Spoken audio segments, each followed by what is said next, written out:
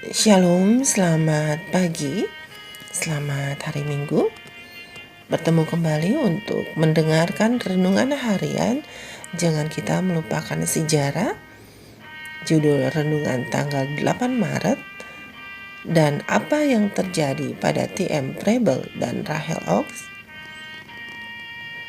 Ayat renungan terdapat di dalam kitab Yosua 24 ayat 15. Demikian firman Tuhan. Pilihlah pada hari ini kepada siapa kamu akan beribadah. Mari kita dengarkan penjelasannya.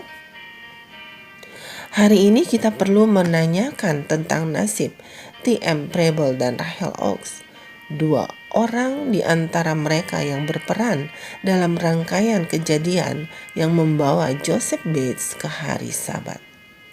Sayangnya, Preble meninggalkan Sabat hari ketujuh.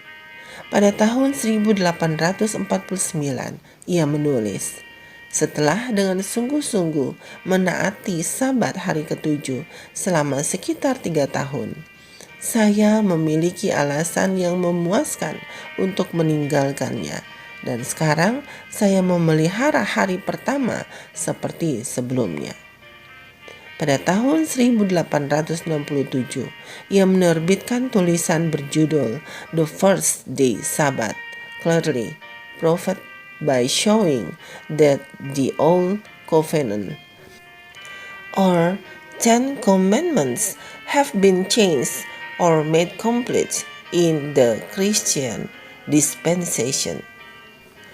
Mengomentari buku itu dari sudut pandang gereja Masehi Advent hari ketujuh, Uriah Smith menyatakan dengan tegas bahwa risalah yang ditulis Preble sebelumnya tentang Sabat hari ketujuh pada tanggal 28 Februari 1845 adalah lebih baik dari buku yang diterbitkannya itu.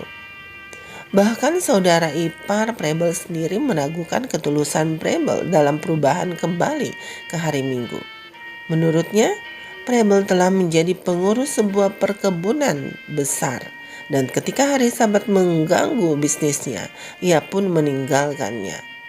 Teori tidak adanya hukum adalah alasan terakhirnya sehubungan dengan masalah ini. Meskipun Preble menolak hari Sabat dalam pengalaman pribadinya, namun ia telah memberi dampak pada hati dan pikiran Joseph Bates yang tidak tergoyahkan oleh apapun. Dan Bates bukanlah satu-satunya pemimpin utama Sabatarian Adventism yang terpengaruh oleh risalah Preble tahun 1845. Pada musim semi tahun itu, risalah itu jatuh ke tangan Joseph Nevins Andrews yang berusia 15 tahun, dan itu mengubah pandangannya tentang topik hari ketujuh.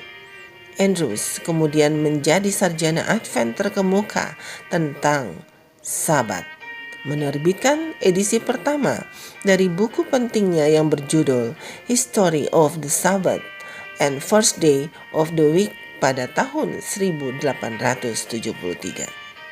Bagaimana dengan Rachel Oakes, orang yang secara tidak langsung bertanggung jawab memperkenalkan Sabat kepada Preble? Ia tetap memelihara Sabat selama sisa hidupnya, tetapi tidak bergabung dengan gereja Masehi Advent hari ketujuh karena rumor tertentu yang didengarnya tentang James dan Ellen White. Setelah rumor tersebut terklarifikasi pada akhir tahun 1860-an, maka ia dibaptis beberapa saat sebelum kematiannya. Dia telah beristirahat, tulis S.N. Haskell dalam berita kematiannya.